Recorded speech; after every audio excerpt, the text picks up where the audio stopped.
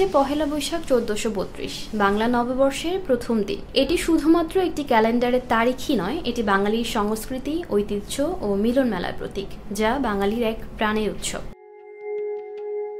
এই দিনে মানুষ পুরানো গ্লানি ভুলে নতুন বছরকে বরণ করে নেয় নতুন আশা, নতুন স্বপ্ন আর সম্প্রীতির বন্ধনে। লাল সাদা পোশাক, মঙ্গল শোভাযাত্রা, নাচ গান আর পান্তা ইলিশ সব মিলিয়ে দিনটি হয়ে ওঠে বর্ণিল ও প্রাণবন্ত।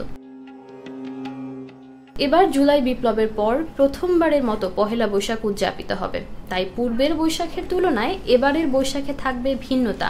আর এই ভিন্নতার শুরু হয় মঙ্গল শোভাযাত্রার নাম পরিবর্তনের মধ্য দিয়ে। অনেকেই বলেছেন এই নামের মধ্যে সার্বজনীনতা নেই। তারা আরও বলেছেন শোভাযাত্রায় যেসব প্রতীক থাকে তাতে অপামর বাংলার মানুষের সংস্কৃতির পরিচয় থাকে না। সংস্কৃতি বিষয়ক উপদেষ্টা মোস্তফা সরোয়ার ফারুকী মঙ্গল শোভাযাত্রার নাম পরিবর্তন হতে পারে বলে ইঙ্গিত দেন। পরে 24 মার্চ ঢাকা বিশ্ববিদ্যালয়ের উপাচার্য অধ্যাপক নিয়াজ আহমেদ খানের সভাপতিত্বে অনুষ্ঠিত সভা শেষে তিনি জানান, মঙ্গল শোভাযাত্রার নাম পরিবর্তন হচ্ছে না।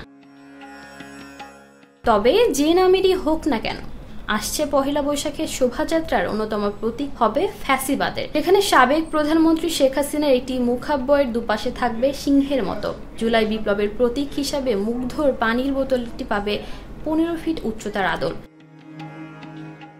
জানা গেছে এবার শোভাযাত্রা চারুকলা শাহবাগ টিএসসি হয়ে শহীদ মিনারের দিকে যাবে, দোয়েল চত্বর বাংলা একাডেমি হয়ে আবার চারুকলায় এসে শেষ হবে, কিংবা শাহবাগ দিয়ে বের হয়ে হাইকোর্ট হয়ে শিশু একাডেমি হয়ে দোয়েল চত্বর থেকে বাংলা একাডেমি হয়ে আবার চারুকলায় এসে শেষ হতে পারে। এ বিষয়ে চূড়ান্ত সিদ্ধান্ত পাওয়া যায়নি, তবে শিগগিরই জানা যাবে।